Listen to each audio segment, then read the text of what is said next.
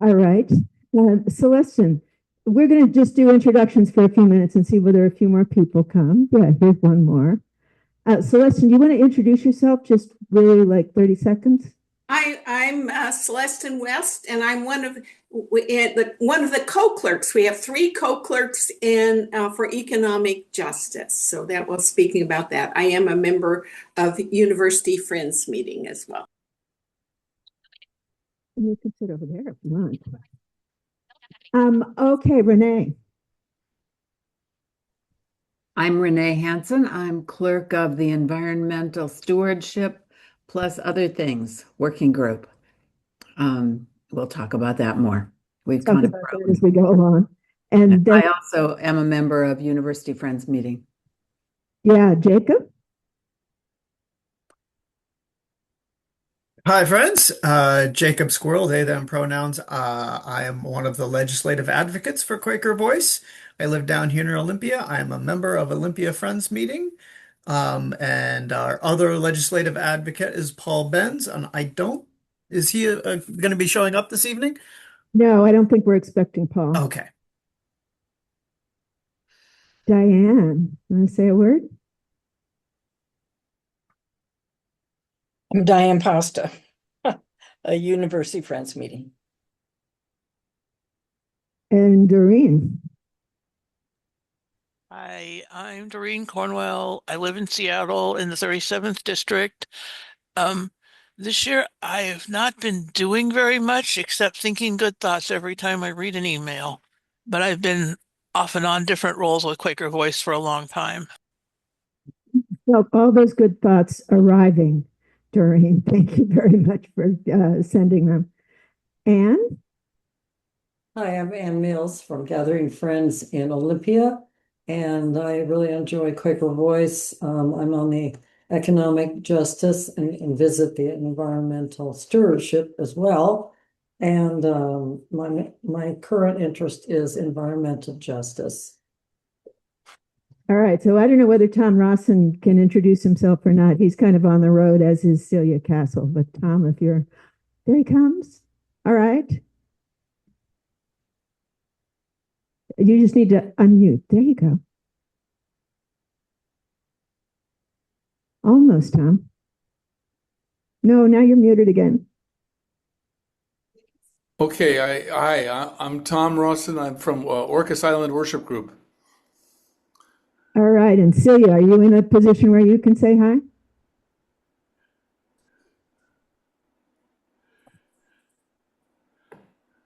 Well, she is coming in from New Zealand. I mean, this is dedication. This tells us something about what Quaker Voice really is, right? And the reason I skipped over Destiny is because she's actually sitting in the room. So how about if we, since it's just barely after 7, why don't we pass the mic around and the people online can find out who's here, and even the people in the room can find out who's here.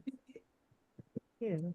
I'm Anastasia. I am one of the Quaker Voice Legislative Fellows, along with Destiny, and I attend Multnomah Friends meeting. I'm Zach. I am a member of Multnomah Friends meeting, and I was at this thing from South Carolina, but I'm not a Quaker Voice, but I'm a big fan. Hi, I'm Meg Cody, they, them pronouns, worship with Multnomah Friends, and I was a Quaker Voice Fellow last year. Destiny Dodge, and I'm a fellow with Anastasia, and also go to Multnomah Friends meeting. And I'm Sam Merrill. I'm in the Olympic meeting, and I clerk the Criminal Justice Working Group. Waters. I'm a convener for a newly forming worship group at Mary Hill still. Last year I sat there by myself quite a lot. But this year I participated in the Quaker Lobby Day, and I've heard different presentations about Quaker Voice and have some familiarity, but anyway, just happy to be here. I'm Sarah Van Gelder. I'm a fan of Quaker Voice, and I attend occasionally the Tacoma Friends meeting and the Bremerton New Friends meeting. Hi, I'm Sherry Allen. I'm an attender at Salmon Bay and I am assistant clerk of Quaker Voice. Hi, I'm Amy. I'm from the University Friends Quaker group, and this is my first time at The Voice. So, I'm Greg Colvig, and I'm formerly from Pullman Moscow Monthly Meeting, but we changed our name. So I'm from Louis Clearwater Friends Meeting. I'm so excited to be here today, them. I mean, the meeting. And so, although it's a bad metaphor, I don't have a dog in your fight, but it's really, really inspiring to hear what you all are doing. And so that's why I'm here. Maybe I'll learn something.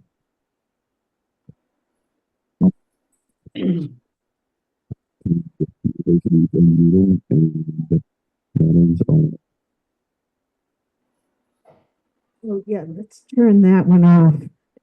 This one coming through okay, folks online? All right. Meg is in control of the picture. Okay, there I am. I could move over into the picture. So I'm Susan Cousins. I'm from Eastside Friends Meeting, and I am the clerk of Quaker Voice. And it's just really exciting for me to be here with our wonderful team, because I have to say that this board and this team of people is just the best team that I have ever worked with. So we're all going to talk a little bit about what we've been doing this year, and I'll do a little bit of introduction. We, for our, at least one person here doesn't really know much about our structure. We are a statewide group. We're one of just 7 Quaker state level lobby groups, and we are definitely one of the largest and strongest. And we focus on advocacy for issues where there's state level decision makers. So it's not just something that's relevant to the state of Washington, it's the decisions being made here in the state of Washington, and we work on influencing those decisions coming out of our Quaker values. And we have a process that has been worked out over many years that we really work hard to get the Quaker values in front on what we do. So this year, the Washington has a short session and a long session in each of its 2-year biennia. This was a short session. And boy, people thought the long session went fast last year when it went into April, but finishing in the middle of March, we were all just running crazily the whole time. The big story this year with state government was that the revenue forecasts were already quite depressing even before all the federal cuts happened. But then there's a lot that the state needed to do to keep people from starving and having no income whatsoever, who were being hurt by the federal programs. So the budget was the big story, and then the solution to all of that has come up with new revenue, which is hard in the state of Washington because we don't have an income tax. So the big story for this year was that the legislature did in the end pass something called the millionaire's tax, which for as long as you earn up to 999,000 and all the rest of the small change that goes into it, you get charged no tax. But that first dollar that hits $1 million, you start being charged 9.9%. And that was quite a struggle, actually.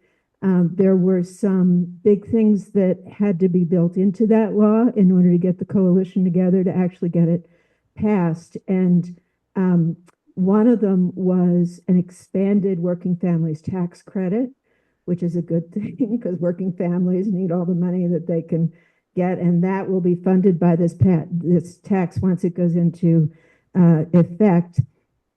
They also reduced taxes on small businesses. We have a kind of what businesses consider to be an evil business and operations tax, a B&O tax, and they lifted that burden from small businesses some. And then the last one I have to say is a little controversial, at least in my family, and that is, it sounds really great, free school lunches for every kid in public schools in the state of Washington. And I can tell you later why that's controversial in my family. But at any rate, those things helped sell it.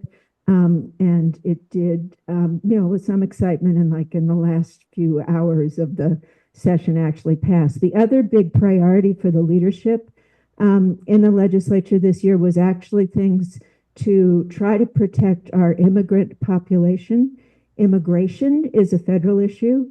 Immigrants are a state issue. Immigrants are our neighbors. They are folks that, because Washington has the heart to take care of everybody, just not the money.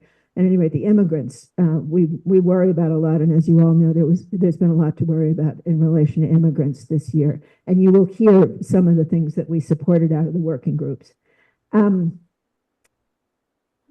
of you may remember that last year, as I'm just going to call it a new vibe started coming down from the other Washington, we decided, and actually was Renee's suggestion, that we needed to do some specific things to address the attack that was happening on certain groups in our society, because it's one of the characteristics of authoritarianism, actually, that they try to separate some people out and say, oh, those are them. That's, somebody else over there. This place is really for us. And there were a lot of those groups being separated out last year. So we started a human rights task force, which was very exciting and brought some new people into Quaker Voice work, because it wasn't just people who were in our 3 existing working groups, criminal justice, economic justice, and environmental stewardship. It was new folks. And this year, while we are still puzzling over exactly where to fit those issues into our structures, 3 of those issue areas have survived, have champions at this point, and have really been part of our agenda this year. And you'll hear some about those tonight, actually. Indigenous issues, and Destiny will talk about her work in that area. Sherry will talk some about gender justice, which was one of those issues, and you will hear about the immigrant support work as well. And all that is, we're very champion driven. If somebody has a passion, if they're immersed in an issue, we try to make a space for that if it's appropriate within Quaker Voice. And that was really happening with those issues, and it's still being incorporated into our structure.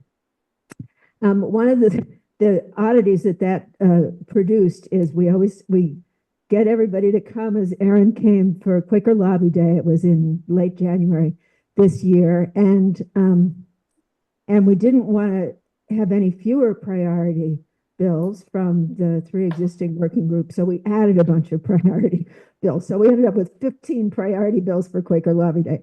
Definitely a controversial issue, and one that we're still debating, because we now have proposals all the way from, we should really discern deeply and come up with just one thing for everyone to lobby on Quaker Lobby Day, all the way to, 15 was just fine.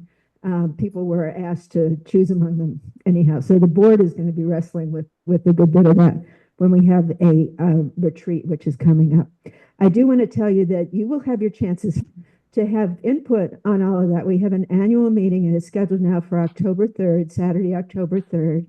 And we really invite anybody who's brand new to come and see what's going on, everybody to come. We will try to put the really important issues on the table in front of you all at the annual meeting. It'll probably be in person only. We just generated a lot of energy from an in-person annual meeting last year, including real continuing participation from new people into Quaker Voice. So I probably ran over, but this is the danger of being the chair, right? But I'm going to turn over now I'll tell you what's coming. We're going to hear from each of the 3 working groups. And we're also going to hear in particular from gender justice as kind of a special report within that.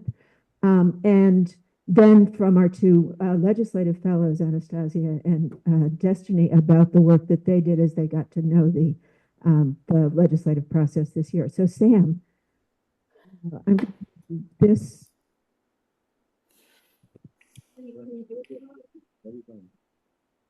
Yeah, yes, from that spot, then people can see some. Okay, the group that I am clerking are the criminal justice issues. And I have to do this. Criminal justice issues, thank you. And we were warned at the beginning of the session by Paul Benz, who is the one who works with the criminal justice group, that we're not going to get much past this year, if anything. And that was true. That's about what happened. Toward the end, we started moving towards some other issues that we could work on. And some of those passed, and some of them are, of course, overlap with what other groups within Quaker Voice are working. So you'll hear more from that. So the no masks for ICE agents was one of them. And specifically what it does is for persons who have been detained by an ICE agent, that they can sue the ICE agent. And the second one, gender privacy, no strip searches in prisons for gender determinations. The third one, Attorney General authority for investigations such as of systemic violations of rights by what we're thinking of is the whole agencies, not for going after particular individuals. And that got watered down in a way that I find difficult to understand legally, but it's not as good as we had hoped, but it seems perhaps worthwhile that it got through. And the fourth one, training for persons who are running for certain law enforcement officers like sheriff, so that they get some real training, and it's not just based on election. So that was another one that did pass. So the fact that there were a number of issues that we worked on in the beginning were our priorities, and they didn't make it. That means that we have quite a few for us to work on the next year. And these include sentencing enhancements, and this is the fact that now it's mandatory for judges to add certain numbers of years for certain kinds of things that may be an aspect of a crime that's been committed. And we're probably going to have to work a little differently perhaps the next year. The current bill would give the mandate, sorry, not the mandate, give the discretion to judges to make differences on school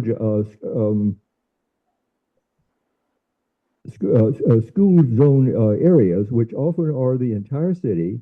And if a drug crime is created there, that the enhancement would not have to be. And we very much are in favor of that. But it turns out that it just gives a real opportunity to those who want to have sound bites on the other side. And it's the sort of thing that we may be able to push the rest of it, get it passed, and then we work on the rest of it later. And we've often had to do that in the past. Sentencing review in general, such as for persons who have served for long sentences, have already served quite a long time, review to consider whether or not they could get out earlier. Reentry, preparation for that, and perhaps in the form of earned release time, which would help people to get out early. And vacating convictions for indigenous persons for actions that are no longer crimes. And that did not make it this year, but it seems that that is something that there might be some effort for. And there are other groups besides the criminal justice that may work on that. And I do want to thank Anastasia and Destiny for their participation in criminal justice as part of their efforts that they have been doing here. And I want to mention a couple of other things. One of them, solitary confinement, is one of the issues that we've worked on for years. We would like to get that worked out and not just sort of have solitary confinement confinement, but then define it so it really isn't that. Get beyond that kind of thing. And a hopeful thing along that lines is that the new executive director of the Office of Corrections Ombuds, to be able to go into prisons and to be able to find things that are a problem and to be able to make these known and to be to try to address them. The new person is Jeremiah Bourgeois, who is a formerly incarcerated person. He was in for a number of years, and he is now an attorney now that he's out. With his appointment, that is a real change and an opportunity to have somebody who has real lived experience. So unless there are any questions that we should address now, I've probably used up my time, and it's, yeah, okay. Okay. Yeah, so I think Celeste's next on the list, and she is going to speak from Celeste's next on the list, and she's going to speak from online. Go right ahead, Celeste. Okay, yes, thank you. And again, I mentioned I'm from economic justice, and this year we really we have 3 co-clerks, which is just, so everybody, which is I think it's such a good model, and for actually our whole team, everybody participates and working together as a team, getting all of the tasks done. We've also had, I think, partly we were driven in economic justice this year a lot was because knowing that there were budget shortfalls in the state of Washington, and also from the cuts to, for instance, Medicaid and food assistance and what's happening at the federal government really energized people. And so I'm so excited to have our meetings being larger than they have been in the past, and any of you become involved. And the thing about having more members is we can work on more things. And also a lot of the people that are joining are involved in groups outside of Quaker Voice that are advocacy, in which I just can't tell you how much that input, when we're working on an issue, somebody will say, well, there's this other group working on this, and they're looking at this measure, and it just helps us a lot. So actually, we just love having you new. And we started out this year basically looking at 3 areas that we've looked at for several years, which is healthcare, homelessness, and progressive income sources. And then we've added on looking at immigrant issues, because where our economic justice is really looking at how do we best serve those that are most impacted by everything, and the immigrants are one of the groups. So that's where we started. And we've also added, and I'll be talking just a little bit at the end, looking at artificial intelligence, AI, because there's some ethical impacts in economic justice about this. And it's not something we weren't able to really support the measures, but that's coming up. So that will coming up in the next year. And again, in healthcare this year, we started out looking at how could we help people that were losing their insurance. And that was so by expanding who was eligible for Medicaid in Washington. When that bill wasn't going forward, we looked at, okay, how can we help people that can't afford are losing their money because they can't afford health care. And we just supported a bill that actually would help with utilities, utilities and electrical bills and things like that. So even though, sometimes we, in our thinking, and that's why we like many minds looking at this, because how can we hit the problem without, maybe finding an alternate. And then the second thing was with homelessness. We first looked at, they're decriminalizing homelessness, which is just not finding people for living on public lands if there's not shelter available. That it's been 2 years not moving along. But then we did work on a bill that gives faith communities. A lot of faith communities now have lands and they're divesting because our congregations are decreasing. So they have lands and they want to build it. And a faith community it's easier for them if they want to build housing, low income housing on it. So that was just again a kind of shift as we go along. And when we have people that are working with various groups in our group, they can say, hey, there's this other way you can hit at this. But the big one, and will probably be a real emphasis next year, is the whole business with progressive income, because we know, our state, particularly with the kind of non-income tax, we really are supporting programs, no matter what good programs we want to support.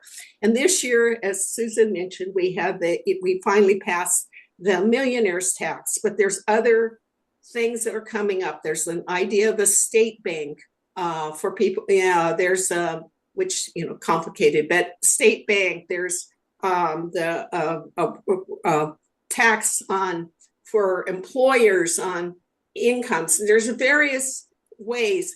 And I'll have to tell you, the millionaire's tax, it is now, as we expected, it's going through legal. It's been challenged, no surprise.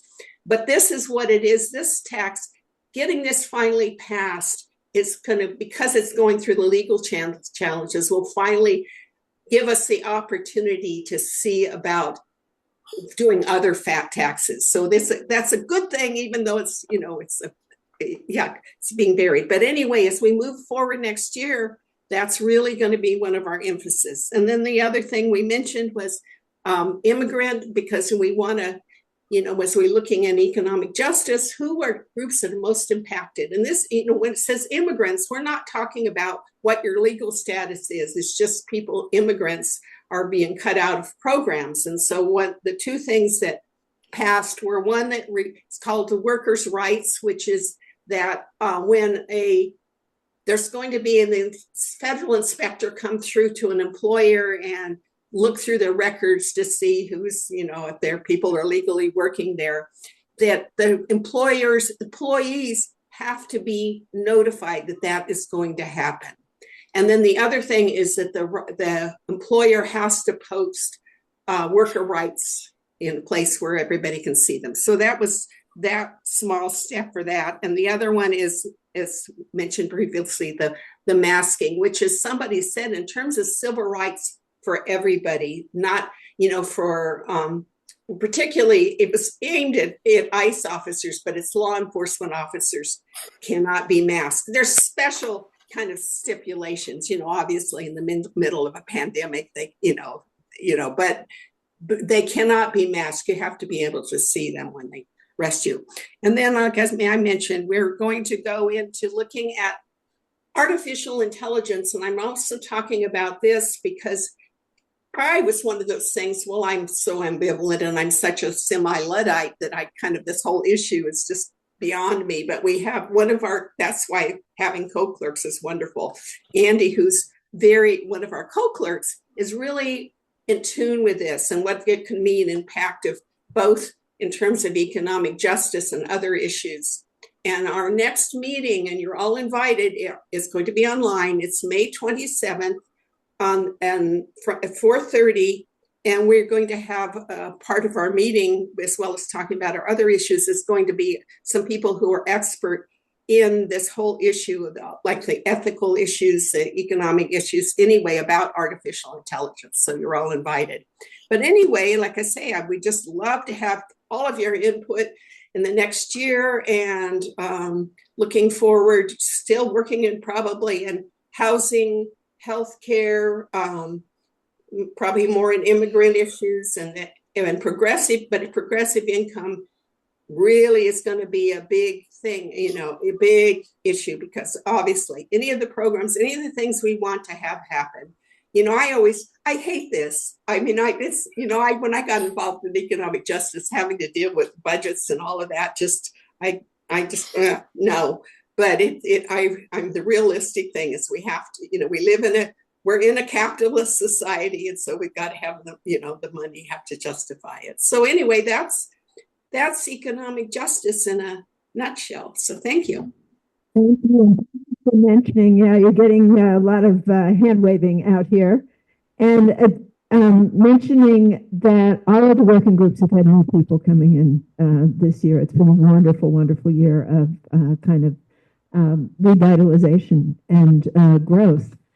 Living in a scary environment will probably do that. But Zach, do you have a question? You've got a mic right next to you. Hello. I was just wondering about the lobbying for the millionaire tax. Like, I saw like on accounts that cover like national politics celebrating this. It was a huge deal. And like, I was just wondering if Quaker Voice was involved with that, or like if any of you know about the process for lobbying that. I had a hard time understanding quite what the question was. Susan, maybe you can fill in. Yeah, let me fill in a little bit. Yes, there was lots of lobbying. We were in the coalition. There's something called the Balance Our Tax Code Coalition, but it's a big coalition of progressive folks.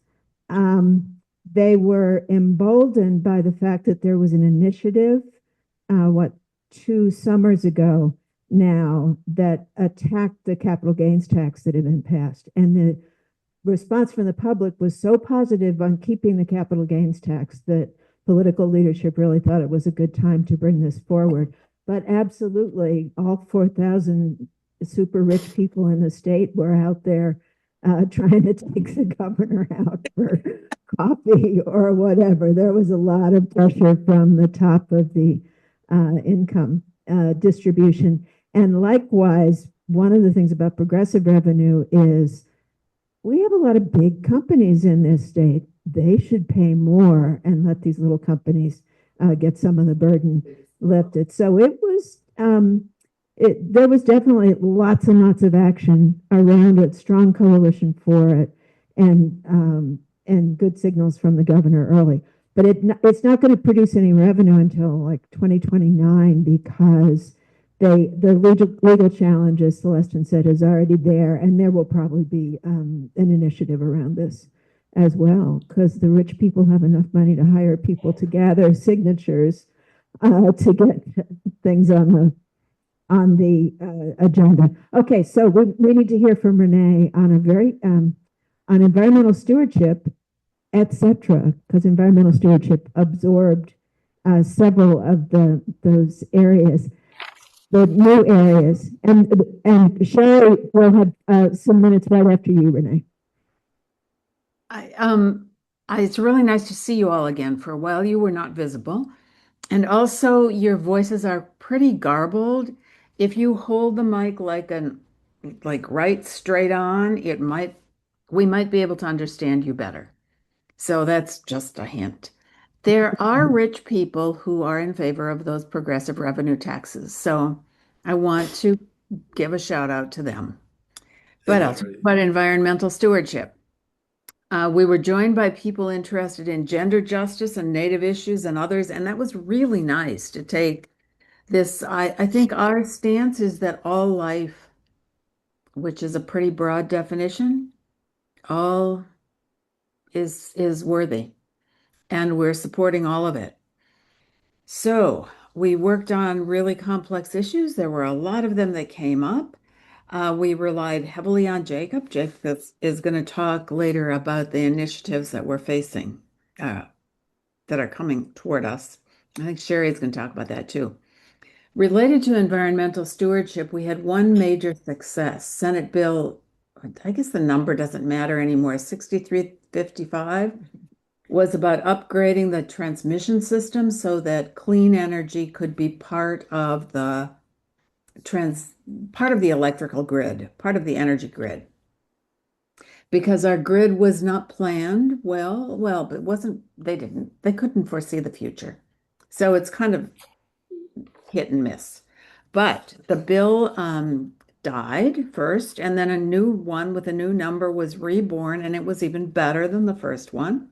So we were able to support that, and it worked better for the tribes. We pay a lot of attention to what's good for what the tribes advocate for too.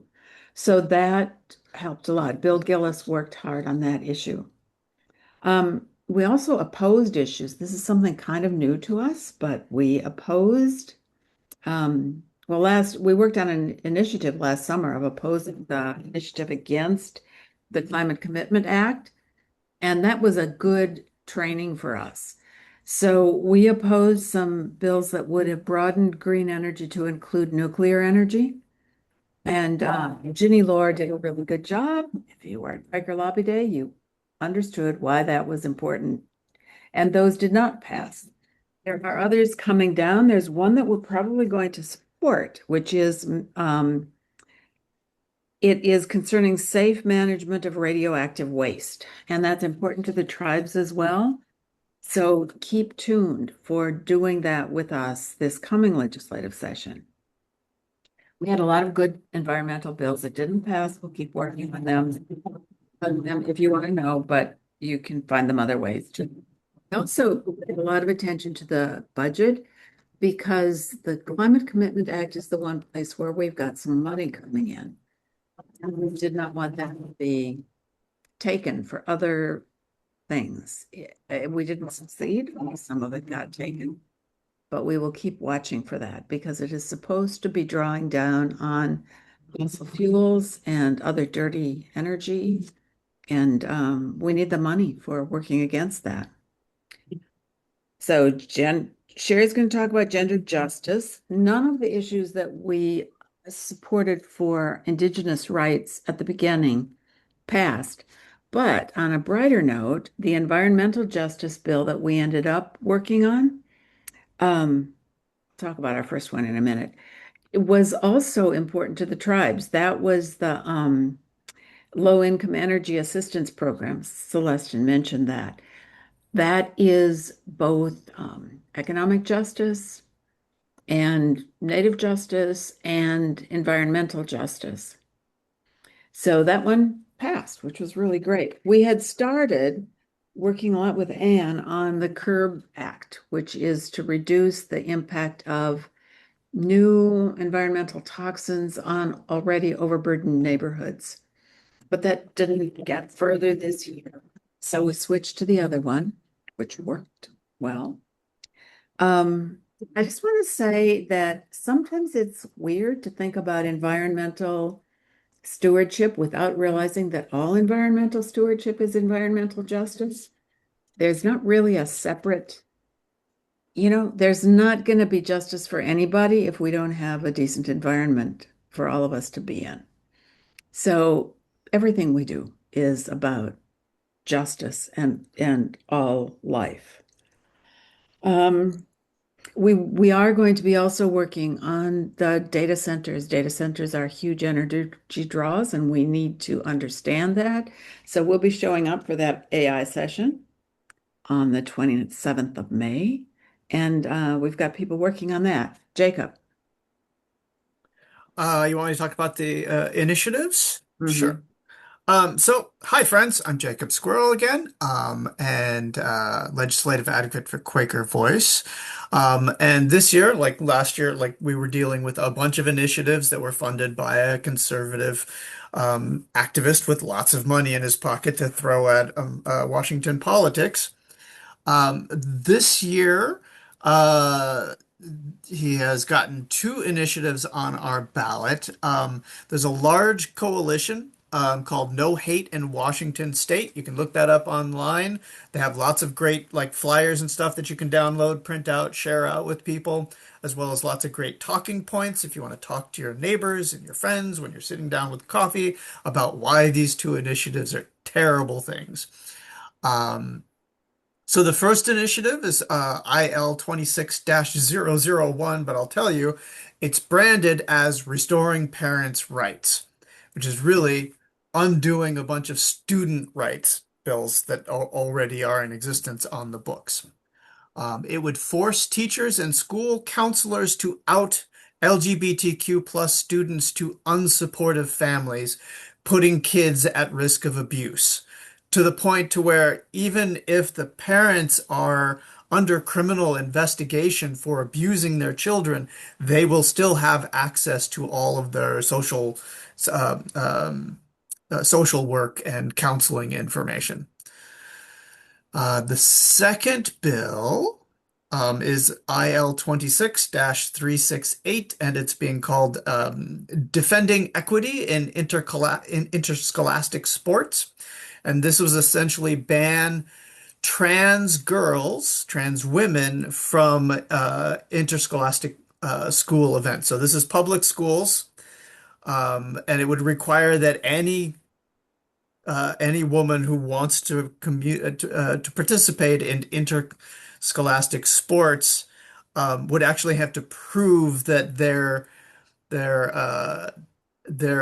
current gender aligns with the gender that they were assigned at birth, and that requires like medical documentation, which may either be blood tests or a physical exam, or if you had a pediatrician for your entire life as a child and they were there at your birth, they can testify to it. So it's a really creepy bill, and it does not apply to boys or males at all.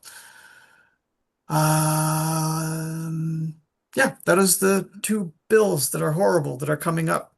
So pay attention.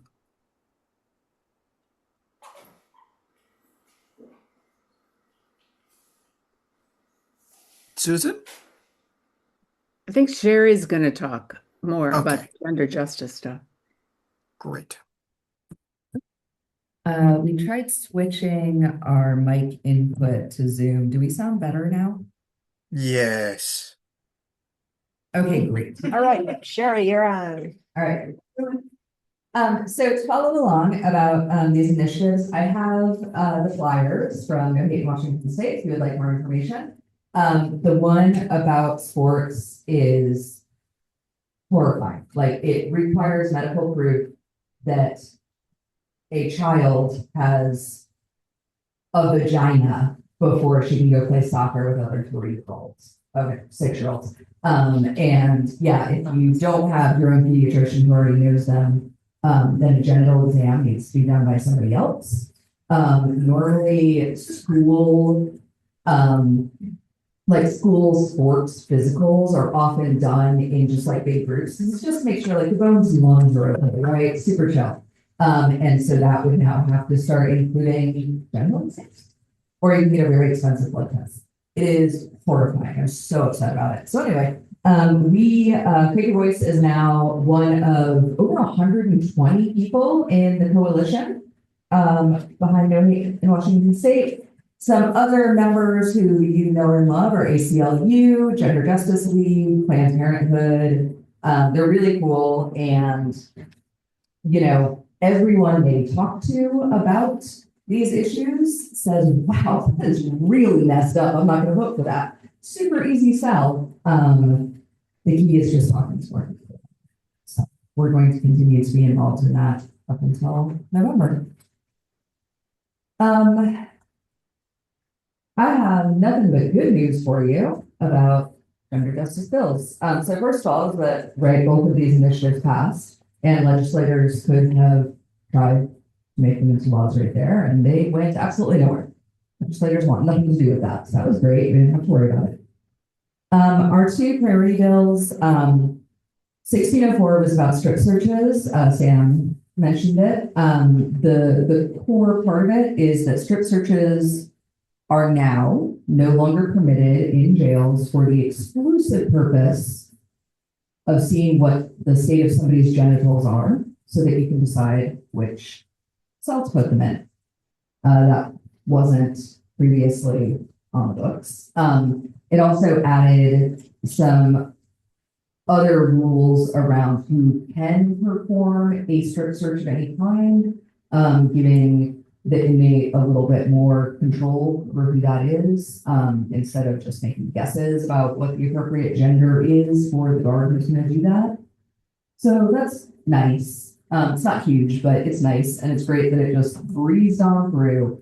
That has been signed, and it goes into effect in June, so less than 2 months. Our other one was about privacy of gender data. So I think that this, I'm going to actually look at the people online too.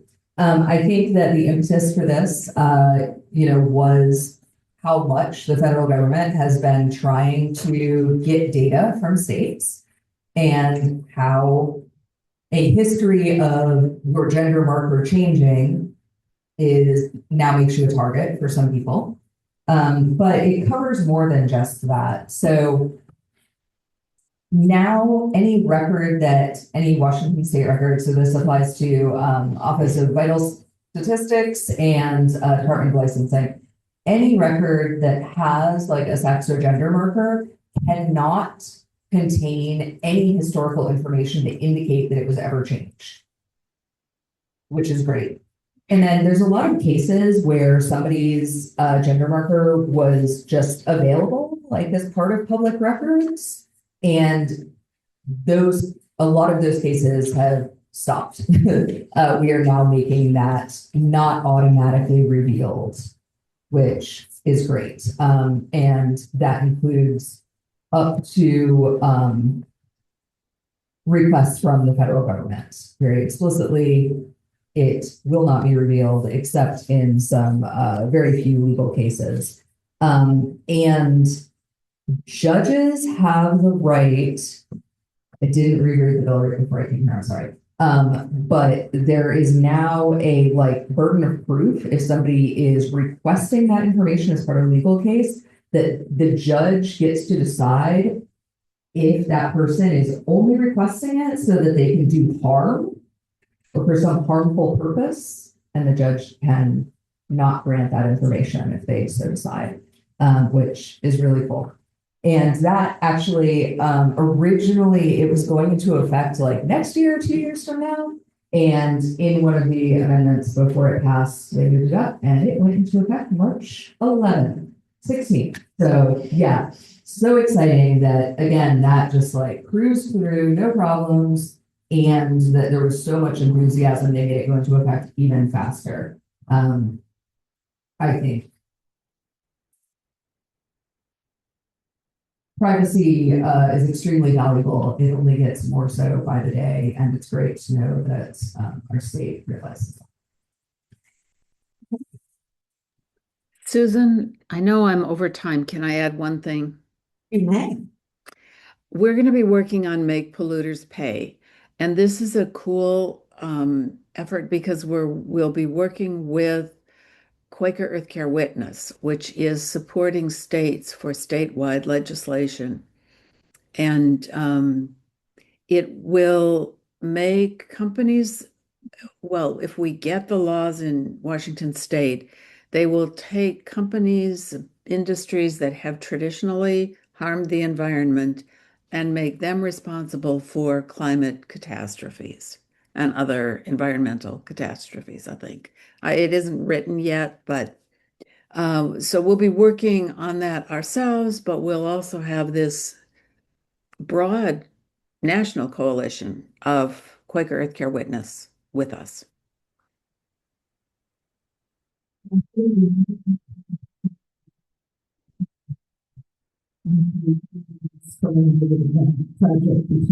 We can't hear you. If you can just share it, now I'm confused. Make sure. What is happening? Can you hear on this mic? I hear Sherry.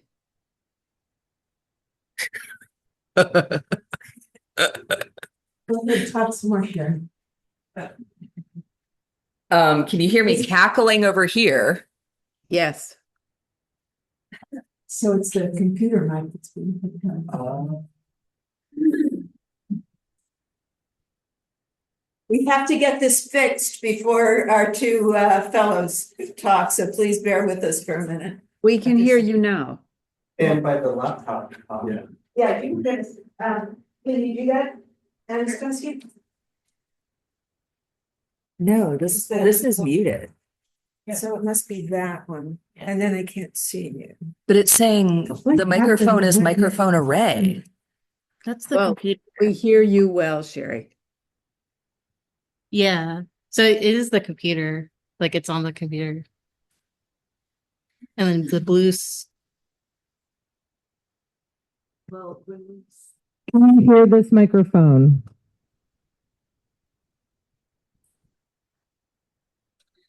Oh, you've changed the mics. I just changed it back.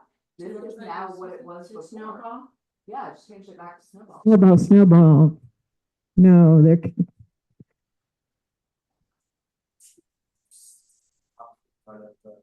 Yeah, I think you're just gonna have to stand there and.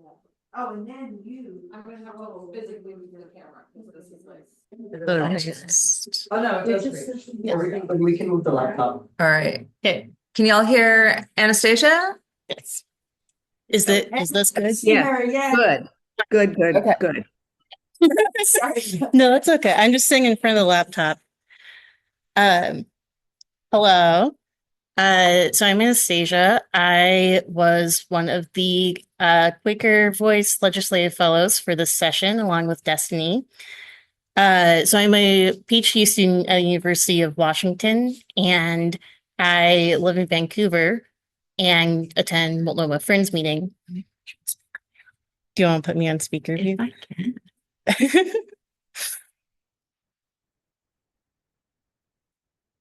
Here, I got it.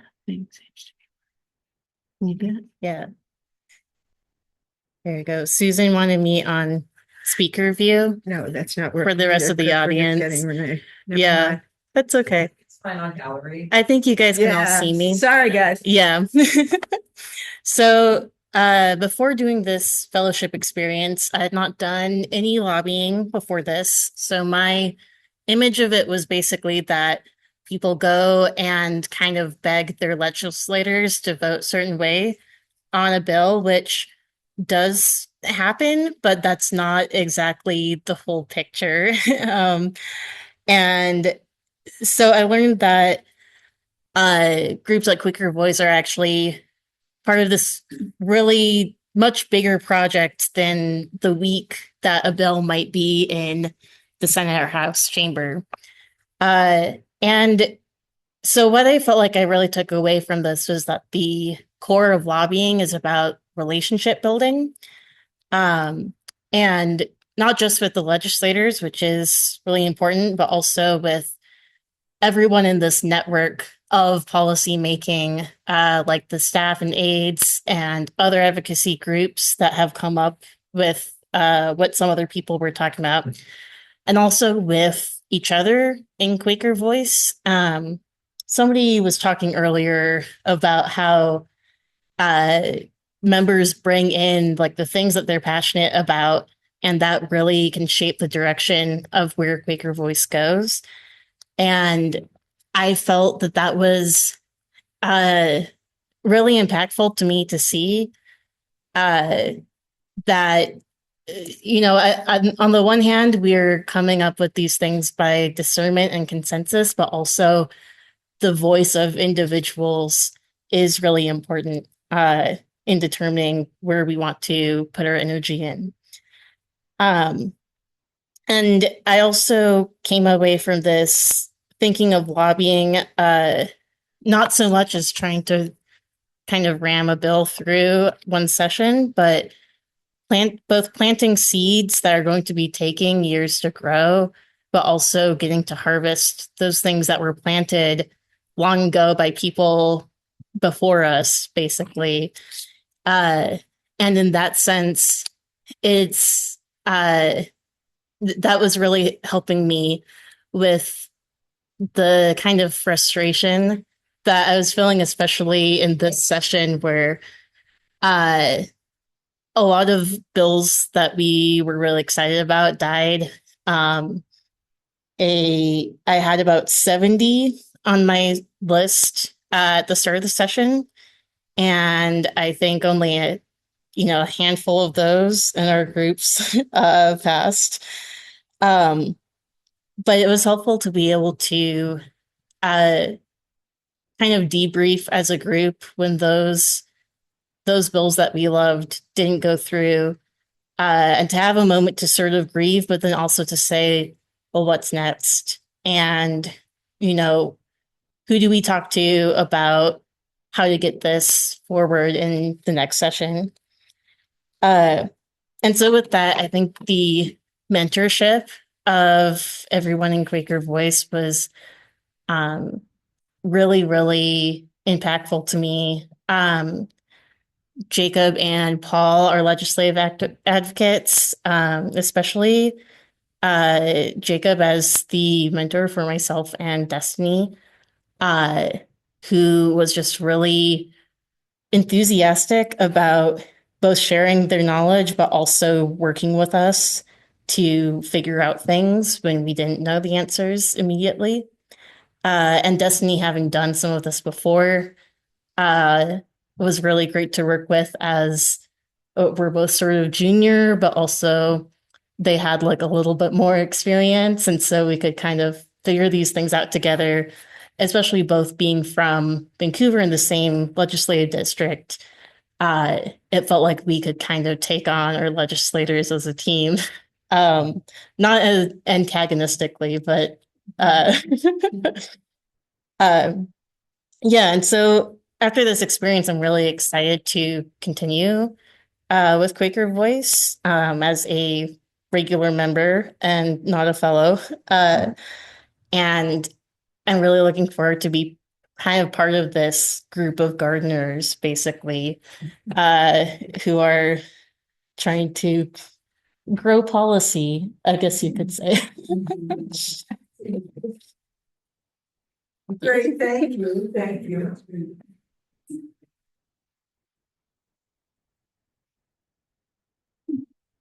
Okay, so I have a presentation for us, but we're at 8 o'clock right now. So anyone who if you have extra 5 minutes, feel free to stay. If you needed to go, yeah, that's totally okay The too. clock over there. I know it does. Is that funny? On the clock, it's giving me more time. I'm going to share my screen with you. Let's see if I can do that. Do you see this? Yes. Yeah. Okay. And then I don't know if I need to pin myself or anything like that. Maybe it'll just stay there for us. Okay, so I'm going to make this smaller. There we go. And can you hear me well on Zoom? Perfect. Okay. So oh yeah, turn this off. Okay, can I do that? The participants. I can. Oh, this one. Yeah. Oh, I see over here. Yes, yes. Okay. Yes, I can click that off. Love the way Zoom. Got it. It is. It's very participatory. I think I'm just gonna go. How do I get to the next one? Okay, down.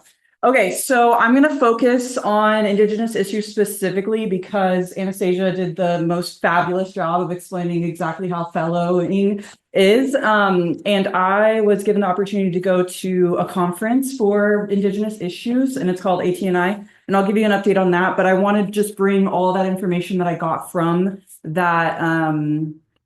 that experience and some of the input from the tribes and just all the things that I learned from there, because I think that's the most value that I can bring to everyone. So ATNI is Affiliated Tribes of Northwest Indians, and it's established in 1953 with tribal region. It's a nonprofit organization representing 57 Northwest tribes in Oregon, Idaho, Washington, Alaska, California, and Montana. And they develop and pursue regional strategies for protecting and advancement of tribes and their people. So these are the 30 tribes of Washington that we have, so 30 total. And they were all represented at this conference, which was wonderful. And a lot of other tribes were represented, but just focusing on our region.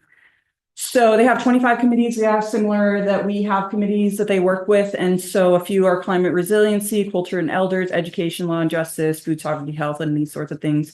The ones that I attended, the way that this conference is set up is that you go to committee meetings and get this information. So the bill that I was championing was about education for not for the students of tribes, but about the education of public school, learning about their tribe and their local tribe specifically. So I attended education, and then climate resilience, and then law and justice, because I also had a bill that I was working with criminal justice, yeah, that was supported by the tribes as well. So those are the three committee meetings that I attended. And then I'm in criminal justice and environmental stewardship are my working groups with Quaker Voice. So The things that I learned for climate resiliency was that there's a disaster training presentation by Circumfer Roots, which is a really cool organization. And they covered so many of these disaster related things that are for climate resilience, basically. And they discussed renewable energy projects, and specifically renewable energy that does not have consultation with the tribes. And if these projects happen, then it's when the project is already started, and then they ask the tribes, and the tribe has no ability to actually give true consultation, basically. One of the biggest discussions was of offshore wind. So tribal leaders did not receive proper consultation for it. If the consultation they had was limited and ignored, and it did not uphold treaty rights. So the concerns from tribal leaders that were interviewed for offshore wind. There was an immense scale of the project with few pilot programs. The speed of the projects was like so quick. Tribal folks did not benefit from the energy being provided by offshore wind, and instead they suffer the highest risk to the ecosystem because we have tribes that use the ocean for their food, basically food sovereignty. And then we've discovered that the people getting paid for offshore wind are billionaires who want climate commitment funds to be able to do what they want with it. So it wasn't, it's not what the tribe supported, basically. And there was a huge wind turbine disaster that happened in 2024. And then I'll have this slide available if anyone wants to let me know, because you can look into this. It's a big environmental disaster, basically, and the tribes were left to clean up the mess of it. And it has a huge, like miles and miles and miles of this, 50-mile radius of basically pollution from the turbine being destroyed. And then what I learned in the education committee was that they discussed concerns about the use of AI and had the opportunity for 8 Native youth to share their experience, which was mostly negative, not surprising. Indigenous data sovereignty allows for the security of native wisdom and practices in the tribes, which was really interesting information for me. And they have virtual private networks and things like that, where they can keep that information to be used the way that they would like it to be used. And AI is threatening these networks, basically. And so the information that is given or that's provided by tribes is used, by AI in that way. And then most tribal youth that do attend public school in Washington state. So public education is really important. That they have a say in that. So then law and justice, there was Justice Raquel Montoya Lewis is one tribal leader, or she's in the tribes of Washington, and she is the state Supreme Court, and she's the first Native justice in Washington. And so she had a discussion with us at the conference. And 2 incarcerated Native men spoke on a Zoom call directly to us about their experience and, call to action, basically. Tribal Sons is an organization that brings ceremonial and religious practices to incarcerated Indigenous folks for spiritual rehabilitation, and has been shown to be very effective in substance abuse issues and things like that. And then there's Search Hope Alliance to find missing Native women. So the other really big focus for law and justice, what's my time out? Oh, I need to run fast. Okay. Basically, the ICE is a big issue for brown folks, and it's causing them a lot of risks. So that was a big concern. Other ones is that tribal income comes mostly from casinos. It's a $50 billion annual.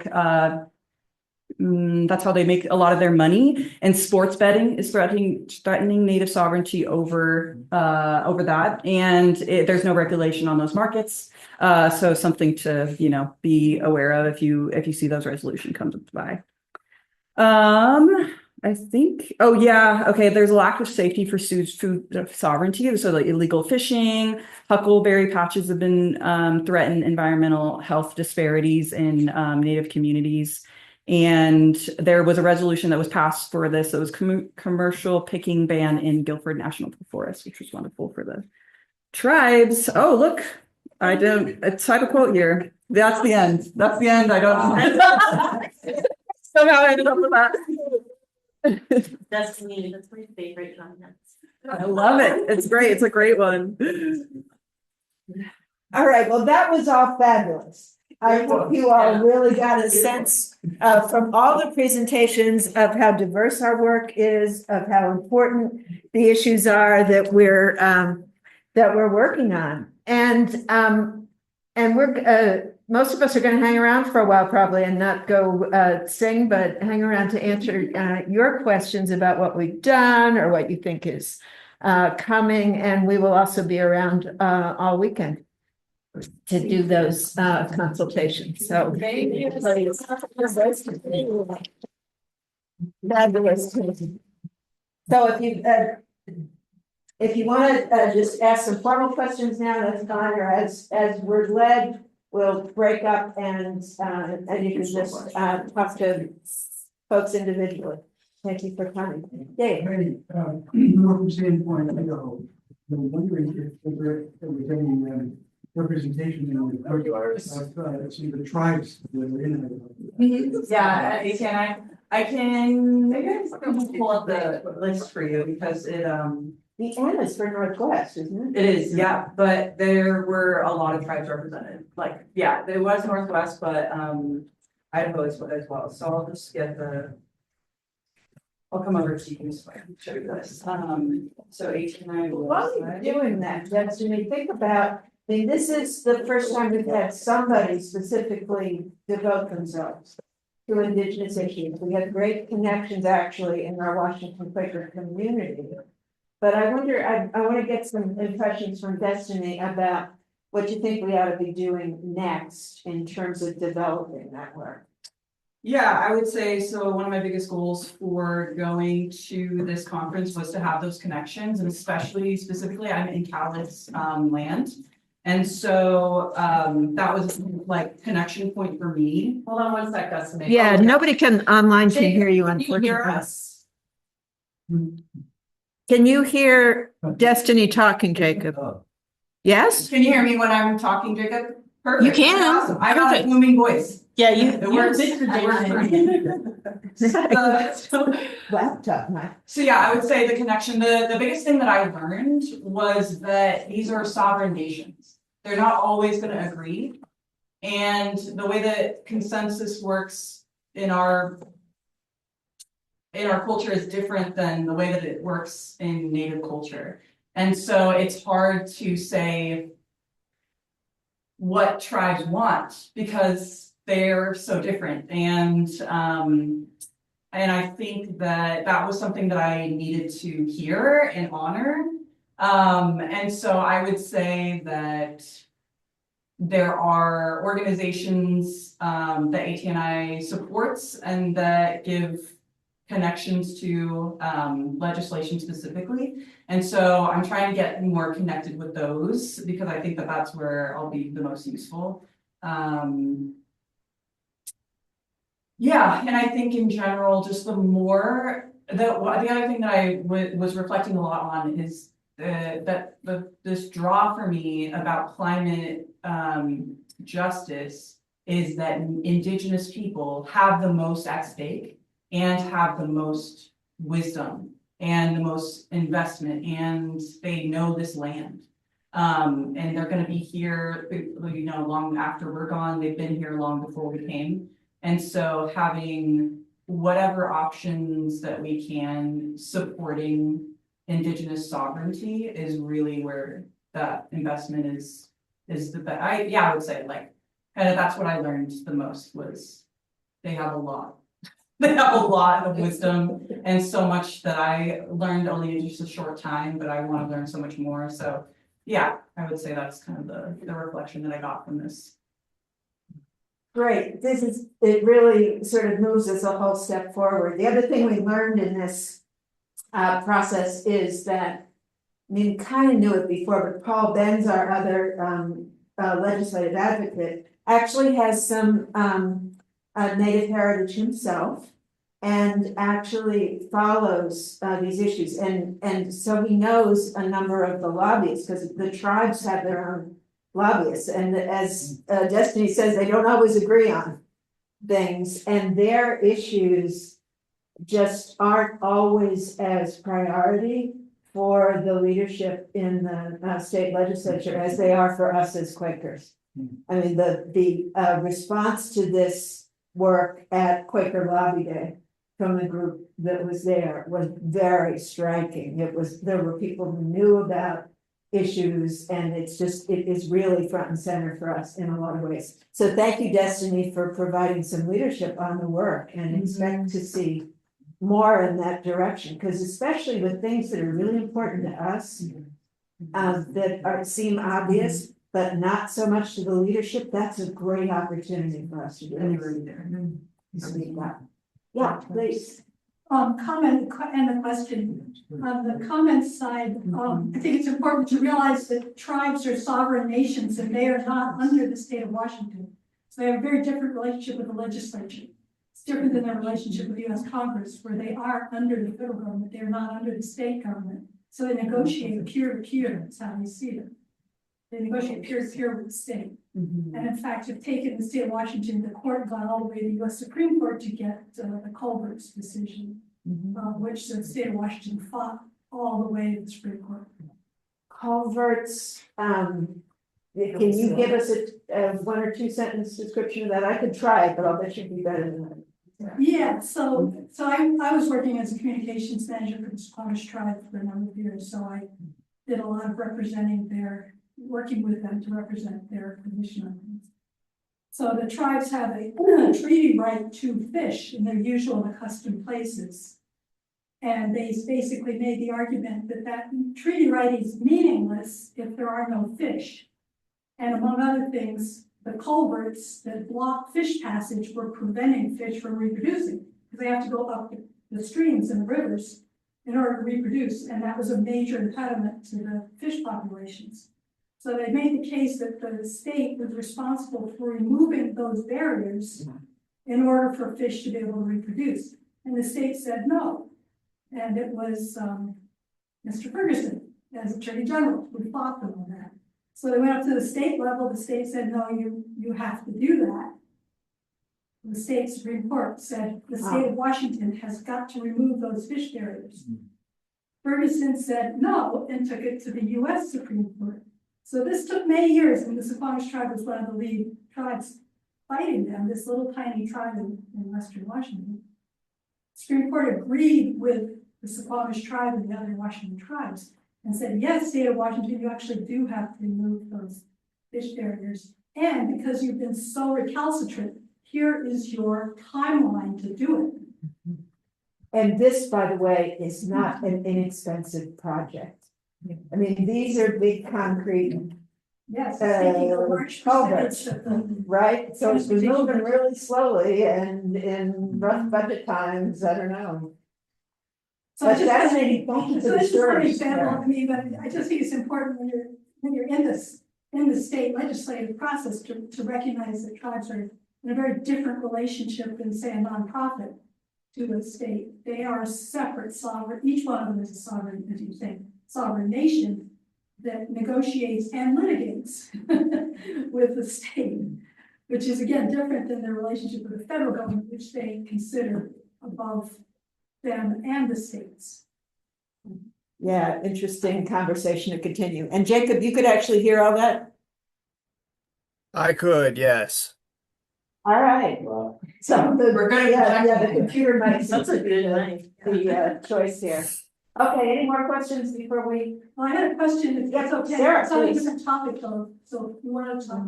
Yeah, no, I think we're here. Anybody who needs to leave can leave. Anybody who wants to stay and chat can stay and chat. It looks like Jacob's in the stay and chat category.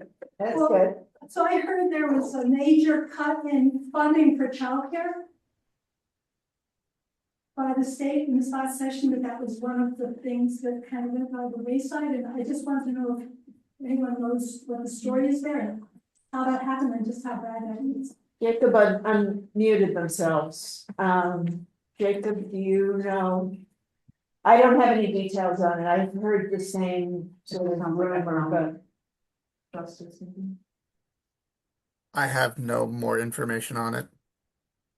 Yeah, I will admit, we are not budget wonks in Quaker Voice. We really struggle with that. And so if we hear about an issue like that, it's because, I mean, I feel like I would have heard about it because I go to the Washington Anti-Poverty Advocates group, also known as WAG. I love the name with two A's. And they weren't hot under the collar about that. I wonder if it's a federal cut rather than a state cut. But anyway, we don't know. Sorry. I think one of the economic justice clerks are here. Yeah. Well, she's off now. Yeah. So you're gonna, yeah. Yeah, should be a good person to ask. Thank you. Yeah. Please. So I know you're not a budget wonk, but I'm gonna ask this anyway, because we're from Idaho and they completely complied with the big beautiful bill. Yeah. I think Washington picked and chose, is that correct? What they were going to comply with? I know that at county level, and I live in King County, I have been told that what King County decided to do, you know, all the federal contracts were stopped for a while and then they all came back with discriminatory clauses in it. In them, and King County decided to ignore those discriminatory clauses, which they considered illegal, and to sue. And wait, and because basically what it said was, oh, these clauses give us a right to come and charge you with something if you're not following them. And so King County said, we're gonna sue you and see what anybody comes after us. Is this a DEI? It's part of that same nasty movement. I guess. Yeah, but the discrimination was, yes, our youth programs weren't allowed to provide shelter for trans youths. Right, and they could, you know, who need things the most, and all of this was, no, you may not do that. So, connect. I can speak a little bit to that for Oregon. Whenever something federally passes, Oregon's legislative body, they automatically adopt those, but then Oregon can legislate other ways. And so that's kind of like the pick and choose that I think maybe you were referring to. So like, once again, I don't know if this is mirrored in Washington, but in Oregon, all those federal codes that pass out get adopted, but then we legislated to close like a tax loophole and actually like tax the wealthy, like in a sense.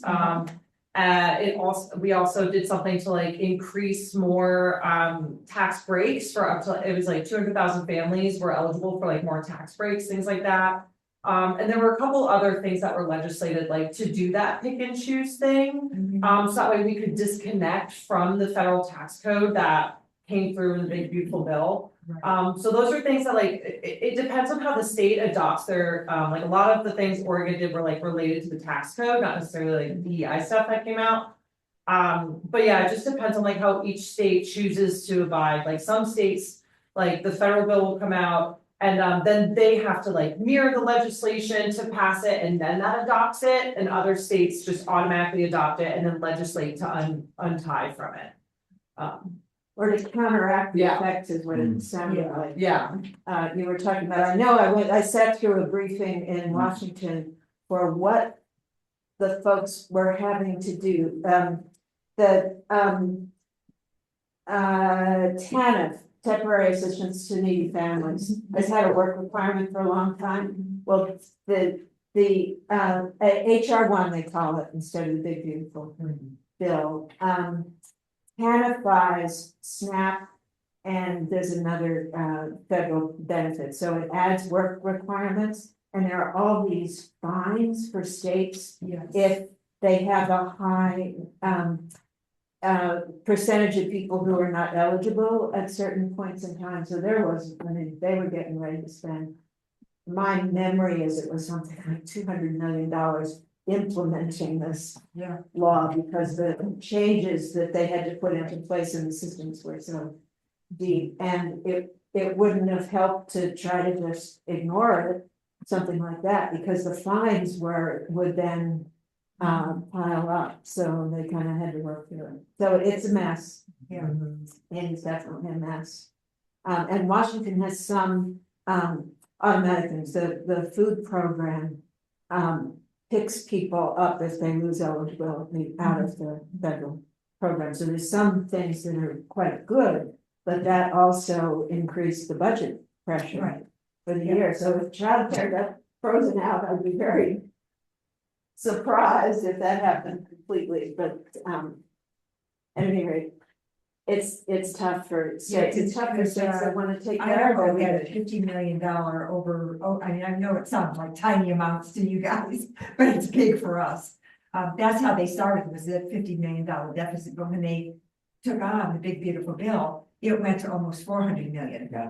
And they absolutely complied completely with everything. And so what they were doing was taking it all out of any kind of safety net program. Well, then, how did it? Oh, it cost the people of Idaho $400 million in benefits. Because the tax cuts for the rich and the big beautiful bill is that? Because I remember. And they also did the retro comply. Because of course, we're a big ag business state. And so, you know, they'd already filed the 2025 taxes. And if we hadn't back complied, they would have had to refile, costing millions of dollars to them. But instead, we took it on as the taxpayers. And you lose your SNAP benefits and nothing else steps in, and you're just not eating. That's supplemental nutrition. Okay, guys, I think you deserve to be let go for the evening. There's lots of tension. You find yourself just quivering in your bunks. It's not because of the bad mattress. It's because you're so excited about going out and working with local level, there's a bunch of stuff, interesting stuff going on, and then federal too. So You can take these things there. yes, well, actually, we can leave them here and distribute them That's a good idea. at the plenary tomorrow morning, which is also in this room, and I will give a report on the sound system. Nice. So, stuff